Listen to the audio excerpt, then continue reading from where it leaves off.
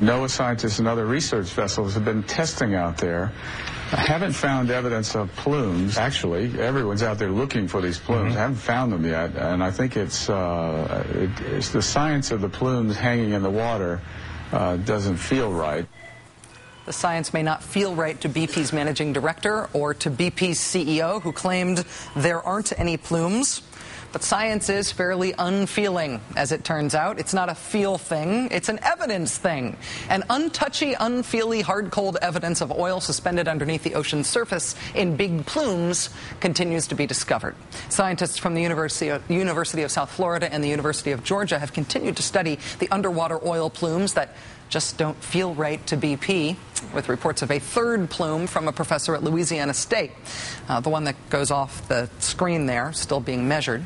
University of Georgia scientists measured the plume in the southwest side of the spill site as 3 miles wide, 10 miles long, and 600 feet thick. In the northeastern Gulf, it was South Florida scientists who found an even bigger one, twice as wide, more than twice as long, and 5 times as thick. USF researchers said Friday that test results confirmed that samples collected from that giant plume do contain oil, despite BP's denials.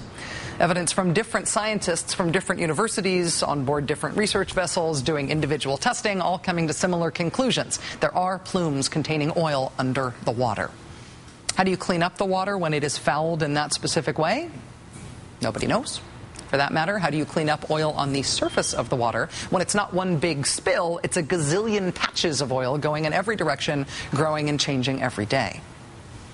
Kind of think of an oil slick coming in mass when you think about the Exxon Valdez. That is what's been different, and that, if anything, is taxing our resources. It's the breadth and the complexity and the disaggregation of the oil. The spill has disaggregated itself.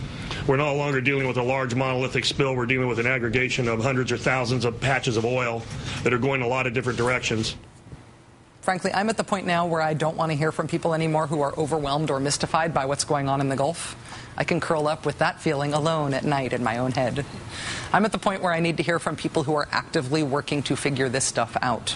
Joining us now is someone who is actively working to figure this stuff out. She is Dr. Samantha Joy, professor of marine sciences at the University of Georgia. She's been out on the water in the Gulf for 2 weeks, studying an underwater plume at the spill site. She'll hold a news conference tomorrow to discuss her research. Dr. Joy, thank you very much for your time tonight.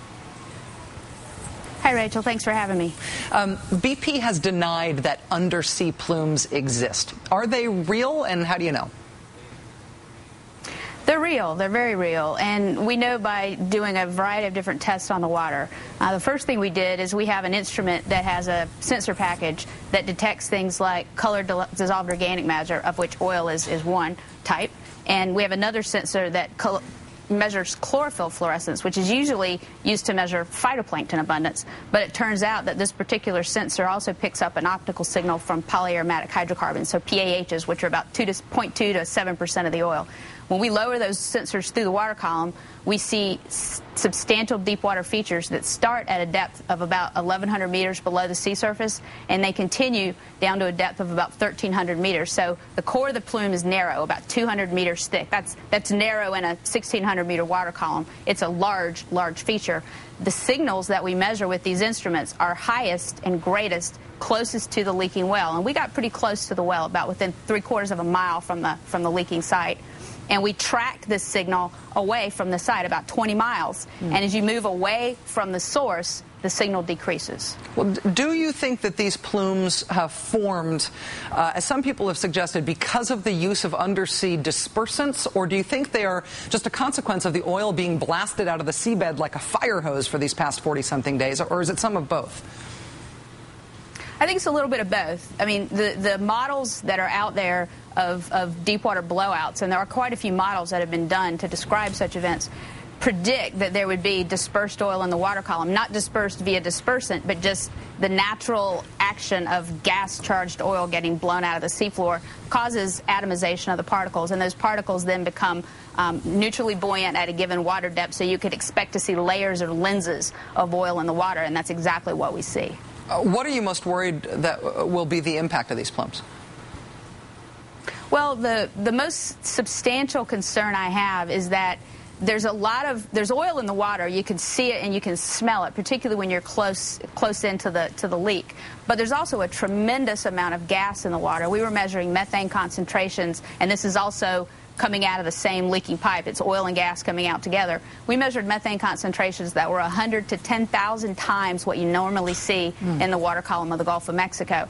Now, this methane is very palatable for microorganisms, and the microbial consumption of that oil and gas is consuming oxygen in the water, and the oxygen levels in the plume drop as you get further away from the source. So as the plumes age, if you will, the oxygen's getting drawn down to very low levels. The lowest concentrations that we measured were about 3 milligrams per liter, which may not mean a lot or sound like a lot, but basically the level where animals begin to get stressed out is 2 milligrams per liter. So we're almost to the point where fish and other organisms that require oxygen would be stressed in this water. And just to be clear, and forgive my the speed at which I absorb these things because I'm not a scientist, but what you're saying is when microbes essentially eat the oil, they are also using up the oxygen in the water. And so while that sort of bioremediation of these microbes going through the oil is a good thing in terms of getting rid of the oil, it also can create potentially dead zones where this water can't sustain living things.